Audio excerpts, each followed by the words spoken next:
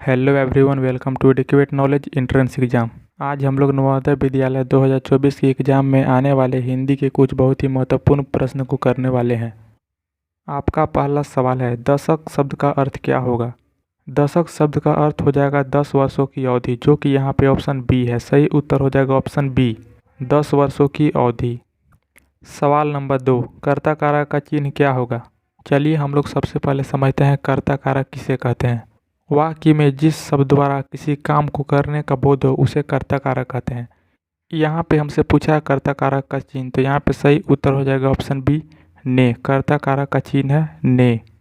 कर्म कारक का चिन्ह हो जाएगा को। अपादान कारक का चिन्ह हो जाएगा से। अधिकरण कारक का चिन्ह हो जाएगा पर।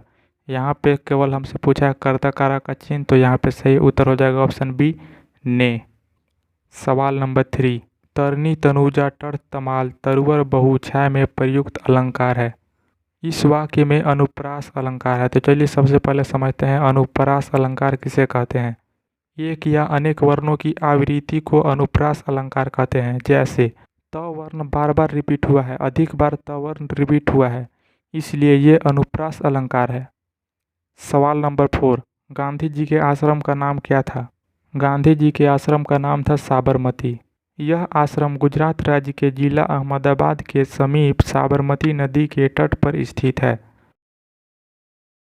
गेहूं शब्द कौन सा संज्ञा है। यहाँ पे देखिए सबसे पहले दिया गया है भाववाचक संज्ञा। तो चलिए हम लोग समझते हैं सबसे पहले भाववाचक संज्ञा किसे कहते हैं।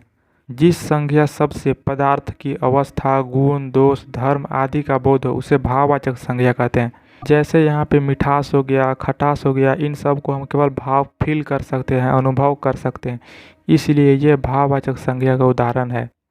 दूसरा में दिया गया है धातुवाचक संज्ञा। तो चलिए समझते हैं धातुवाचक संज्ञा किसे कहते हैं। जो शब्द किसी ठोस, तरल पदार्थ, धातु या अधातु या द्रव्य का बोध हो उसे धातुवाचक संज्ञा कहते हैं। जैसे में हो जाएगा लोहा, चांदी, सोना, ये सब द्रव्य का बोध करा रहा है।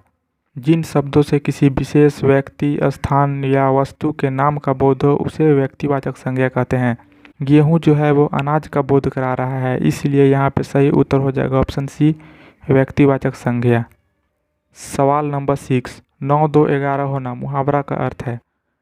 9 2 11 होना मुहावरा का अर्थ हो जाएगा भाग जाना। यहाँ पे सही उत्तर हो जाएगा ऑप्शन सी, भाग जाना। सवाल नंबर 7, निम्नलिखित में से कौन सूरज का पर्यायवाची नहीं है। यहाँ पे प्रभाकर, अंशुमाली, भास्कर, ये तीनों जो हैं वो सूरज के पर्यायवाची हैं। यहाँ पे हमसे पूछा है सूरज का पर्यायवाची कौन नहीं है, तो यहाँ पे नीरद जो है वो सूरज का पर्यायवाची नहीं है। जबकि नीरद, मेघ, अम्बुद ये सब जो है ये बादल के पर्यायवाची शब्द हैं। तो यहाँ पे सही उत्तर हो जाएगा ऑप्शन डी, नीरद सूरज का पर्यायवाची शब्द नहीं है। सवाल नंबर 8, गांगे किसके लिए प्रयुक्त होता है। गांगे अर्थात गंगा पुत्र भीष्म के लिए इस्तेमाल किया जाता है। तो यहाँ पे सही उत्तर हो जाएगा ऑप्शन ए, भीष्म। सवाल नंबर 9, भक्त प्रहलाद के पिता का नाम था। भक्त प्रहलाद के पिता का नाम था हिरण्यकश्यप। तो यहाँ पे सही उत्तर हो जाएगा ऑप्शन डी, हिरण्यकश्यप। हिरण्यकश्यप एक राक्षस था जिसका वध नरसिंह भगवान द्वारा किया गया था। सवाल नंबर 10, महीने में 2 बार प्रकाशित पत्रिका को क्या कहते हैं। यहाँ पे हमसे पूछा है महीना में 2 बार प्रकाशित पत्रिका को क्या कहते हैं। उसे पाक्षिक कहते हैं। तो यहाँ पे सही उत्तर हो जाएगा ऑप्शन बी, पाक्षिक। इसी तरह से नवोदय विद्यालय परीक्षा की इस चैनल पर तैयारी कराई जा रही है। अगर आप चैनल पर पहली बार आए हैं तो वीडियो को लाइक कर चैनल को सब्सक्राइब जरूर करें। धन्यवाद।